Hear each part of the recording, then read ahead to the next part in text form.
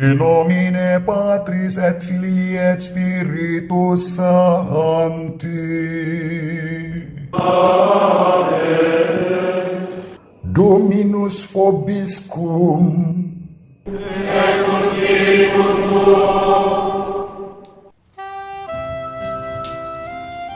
Sahabat peradaban kasih ekologis yang terkasih, selamat berjumpa dalam renungan harian bersama saya melalui channel ini. Semoga panjenengan semua tetap dianugerahi kesehatan, kebahagiaan, dan semangat dalam melayani Tuhan sesama, termasuk juga merawat lingkungan hidup ini. Dalam konteks lingkungan, bersama Paus Fransiskus dan para penggerak, juga para pribadi yang peduli lingkungan hidup. Seperti yang pernah saya katakan, sejak tanggal 1 September sampai tanggal 4 Oktober, kita berada dalam yang disebut Season for Creation, jadi pada musim penciptaan. Dan dalam musim ini kita diajak untuk bersama-sama merawat bumi, rumah kita bersama, dengan cara sederhana apapun yang bisa kita lakukan. Dan itu erat terkait dengan Injil yang akan kita renungkan pada hari ini. Mari kita baca Injil Lukas bab 9 ayat 1 sampai 6. Sekali peristiwa Yesus memanggil ke-12 muridnya, lalu memberikan tenaga dan kuasa kepada mereka untuk menguasai setan-setan dan untuk menyembuhkan penyakit-penyakit. Ia mengutus mereka untuk mewartakan kerajaan Allah dan menyembuhkan orang. Yesus berkata kepada mereka, "Jangan membawa apa-apa dalam perjalanan. Jangan membawa tongkat atau bekal, roti atau uang, atau 2 helai baju. Apabila kalian diterima di suatu rumah, tinggallah di situ sampai kalian berangkat dari situ. Dan kalau ada orang yang tidak mau menerima kalian, keluarlah dari kota mereka dan kebaskanlah debunya dari kakimu sebagai peringatan terhadap mereka.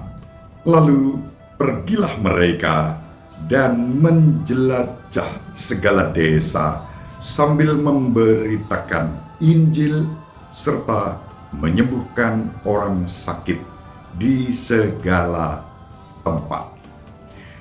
Demikianlah sabda Tuhan. Terpujilah Kristus.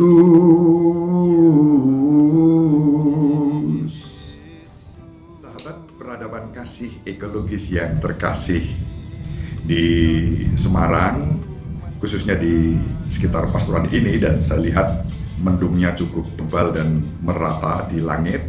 Tampaknya tidak hanya di daerah sekitar Unika saja yang baru saja hujan. Tadi sempat hujan dan petir menyambar-nyambar. Kalau di tempat saya, begitu hujan dan petir menyambar-nyambar, itu seperti lewat di atas kepala saya petirnya. Der gitu ya, menggelegar. Kadang-kadang ada suara seperti tronton lewat itu di atas. Der gitu ya. Ini suasana yang selama kurang lebih 4 tahun ini saya alami di pastoran Unika Sugio Pranoto. Nah, sahabat peradaban kasih ekologis yang terkasih, apa hubungannya semua itu dengan Injil hari ini? Injil hari ini mewartakan Yesus yang mengutus para muridnya untuk pergi dari desa ke desa, dari daerah ke daerah, dari satu kota ke kota yang lain, dengan satu tujuan, mewartakan Injil. Injil dari kata evangelion yang berarti kabar sukacita. Tentu bagi petani yang merindukan air hujan, hujan yang turun membasahi bumi itu menjadi kabar sukacita, menyuburkan tanah, dan mulai musim tanam tiba. Kegembiraan, sukacita. Memang di beberapa tempat hujan bisa menjadi bencana. Karena apa? Bukan karena hujannya yang salah, tetapi karena kita manusia yang salah. Karena kita tidak membawa kabar sukacita ketika musim hujan belum tiba. Contohnya apa? Dengan mudah kita merusak lingkungan kita, menebang pohon, membuang sampah sembarangan. Itu menjadi penyakit-penyakit yang hari-hari ini harus disembuhkan. Dalam ensiklik Laudato Si, Paus Fransiskus mengatakan penyakit-penyakit yang ada di bumi ini itu cerminan dari penyakit-penyakit yang ada dalam diri kita. Karena kesembronoan kita, karena ketidakpedulian kita, karena egoisme kita tidak peduli pada lingkungan dan alam semesta ini. Bahkan alam semesta hanya dipandang sebagai sumber daya yang harus dikeruk untuk keuntungan secepat-cepatnya, keuntungan sesaat, namun merugikan generasi mendatang. Dan kita mengalami, menurut Paus Fransiskus, itulah penyakit-penyakit ekologis yang harus disembuhkan. Caranya bagaimana? Kita menjadi kabar sukacita untuk rumah kita. Bumi sebagai rumah kita bersama. Di dalam rumah inilah kita diutus untuk mewartakan kabar sukacita dalam perspektif ekologis, dalam perspektif lingkungan hidup. Dan itulah panggilan kita yang hari-hari ini mendesak untuk kita lakukan agar kerusakan lingkungan tidak semakin parah dan pada gilirannya yang menanggung nanti anak cucu panjenengan. Mengapa saya katakan anak cucu panjenengan? Karena panjenengan yang mempunyai anak cucu.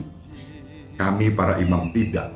Namun kami para imam berdoa dan terus memohon agar lingkungan hidup ini tetap dijaga dalam kelestarian lingkungan dan keutuhan ciptaan. Itu bukan hanya doa, tetapi juga pergerakan kami, pergerakan kita bersama. Mari sahabat peradaban kasih ekologis yang terkasih, kita saling mendoakan agar kita dimampukan menjadi pewarta-pewarta kabar sukacita, mulai di dalam rumah kita, di keluarga kita, di sekitar kita. Kita bertekad menjaga keutuhan ciptaan dan kelestarian lingkungan hidup. Dengan cara itu, kita mewartakan kabar sukacita. Misalnya, jangan membuang sampah sembarangan. Syukur-syukur memilah sampah organik, sampah non-organik. Jangan boros air, jangan boros energi, lampu, listrik, dan seterusnya. Dipergunakan secukupnya saja. Tidak perlu tergesa-gesa segera menyalakan AC kalau merasa panas misalnya. Itu contoh sederhana merawat lingkungan ini. Seperti yang dikatakan Paus Fransiskus dalam ensiklik Laudato Si. Sederhana, namun itulah cara kita mewartakan Injil kabar sukacita di zaman krisis ekologi ini. Ibu Maria mendoakan kita semua, Bapak Yosef merestui kita dengan keheningannya. Semoga panjenengan semua bersama seluruh anggota keluarga dimanapun berada, dibimbing, dilindungi, dan diberkati oleh Allah yang Maha Kuasa, Bapa dan Putera dan Roh Kudus. Amin. Terima kasih, salam sehat, tetap semangat, jangan lupa bahagia. Teman kasih yang terkasih, sampai jumpa pada episode berikutnya. Terima kasih atas kebersamaan kita. Salam peradaban kasih ekologis berkah.